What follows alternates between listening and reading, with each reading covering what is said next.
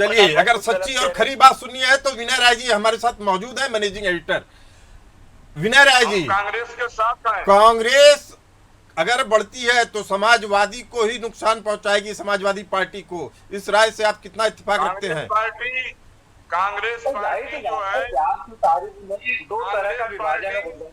Party एक BJP है, गैर जी का बीजेपी। काम करेगा। ओम प्रकाश जी, एक मिनट आप सुन लीजिए। अब जितने अपोजिशन के लोग थे वो अलग तरीके से स्ट्रेटजी बनाते थे कैसे कांग्रेस को रोका जाए।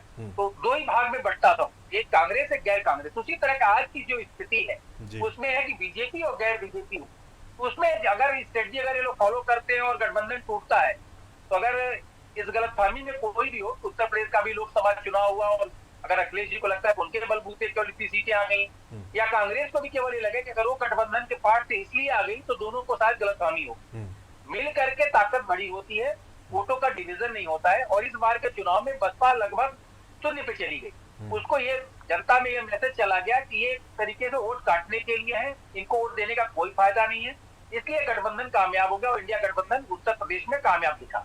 लेकिन अगर गठबंधन टूटता है तो जाहिर सी बात है माइनॉरिटी वोट का सीधा सीधा डिवीजन होगा, क्योंकि ग्रास रूट पे माइनॉरिटी को ये लगता है कि देश में इकलौती पार्टी कांग्रेस ऐसी है जो किसी कीमत पर भारतीय जनता पार्टी से हाथ नहीं मिलाएगी, चाहे पर्दे के सामने से या पर्दे के पीछे से। इसलिए उसके पास अगर किसी को गठबंधन तोड़ते हैं अगर सपा के लोग, तो एक तरीके से जहां पर भी कांग्रेस मजबूत लड़ेगी वहां पर वोटों का डिवीजन होगा, इसका सीधा फायदा बीजेपी को मिलेगा।